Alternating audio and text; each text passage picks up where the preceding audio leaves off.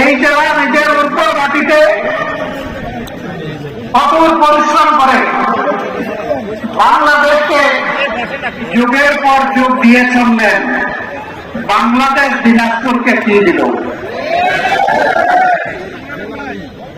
বৃহত্তর জেলা হিসাবে অনেক জায়গায় জেলা হেডকোয়ার্টার হয়েছে সিটি কর্পোরেশন।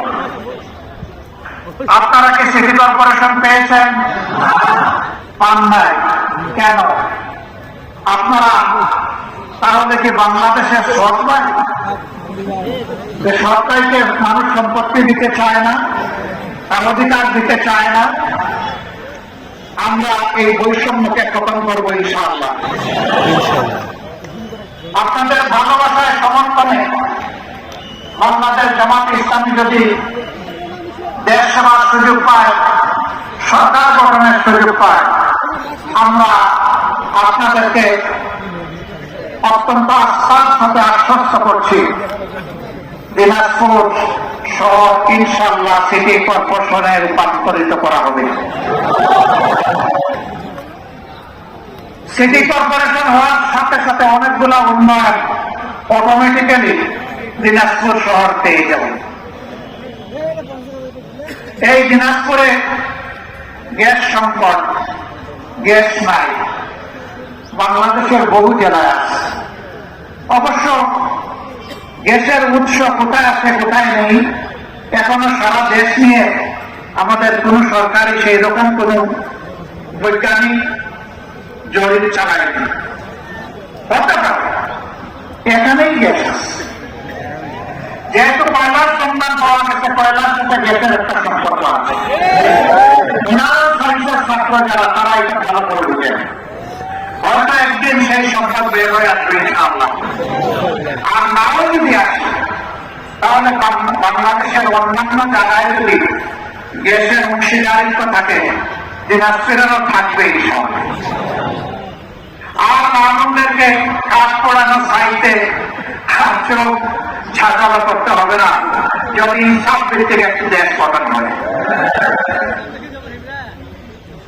প্রিয় দিনাজপুরবাসী, এখানে কৃষক ভাইয়েরা, বোনেরা, কিষানীরা বড় কষ্ট করে ফসল তোলা, বৈজ্ঞানিক প্রযুক্তির এখানে ব্যবহার খুবই শিল্প।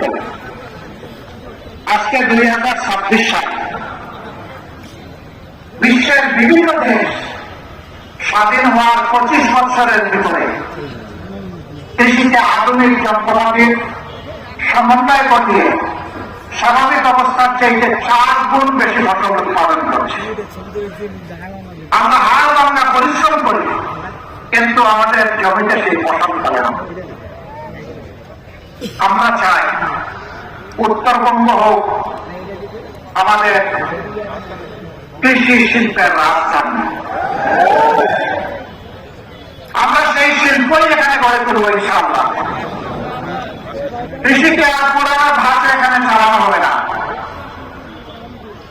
এখানে কৃষিকে আধুনিকায়ন করে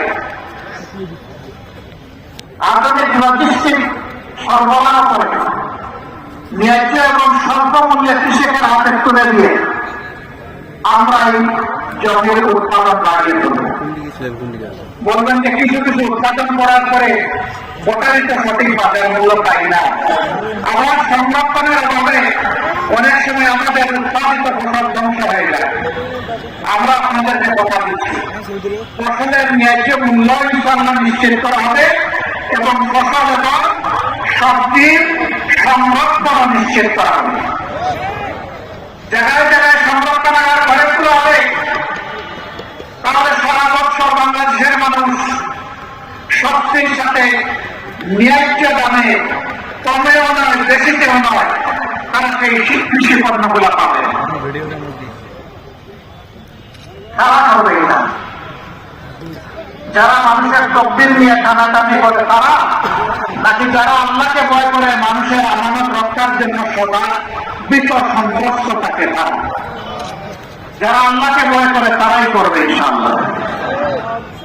দিনাজপুরের মানুষ শিক্ষিত এবং ভদ্র, এইখানে কোনো চাঁদাবাজি হয় না। ও মা, এখানেও হয়। বেশি বেশি না কম? আচ্ছা, এটাও বাদ দিলাম, ভয় এটা ধরে নিলাম। ছাতাবাজিকে ভালোবাসেন যারা, তারা একটু হাত তুলেন দেখি। ছাতাবাজের বন্ধু আছে যারা রাজি, তারা একটু হাত তুলেন। আসলে ছাতাবাজরা এত জ্বালাইছে, কোন জায়গায় হাত তুলবে আর কোন জায়গায় নামাবে অনেকে সেটাই টের পাচ্ছে না। ছাতা নিয়ে মানুষকে দিশাহারা করে ফেলছে। টিকাফুলের একটা দোকান নিয়ে আমার একটা বড় বসেছে রাস্তার পাশে, ফুটপাতে, ছোট্ট একটা ভ্যানের উপরে, সেখানে আসে ছাতা ছাড়। লজ্জা হয় না? এই মাকে আমার দেশ তারা সম্মানিত করতে পারেনি। পেটের কুটার জড়ায় উদা নিবারণ করতে নিজের করে হাতের তৈরি জিনিসগুলো নিয়ে এখানে এসেছে বাচ্চাদের মুখে একটু প্রভাব করে দেবে।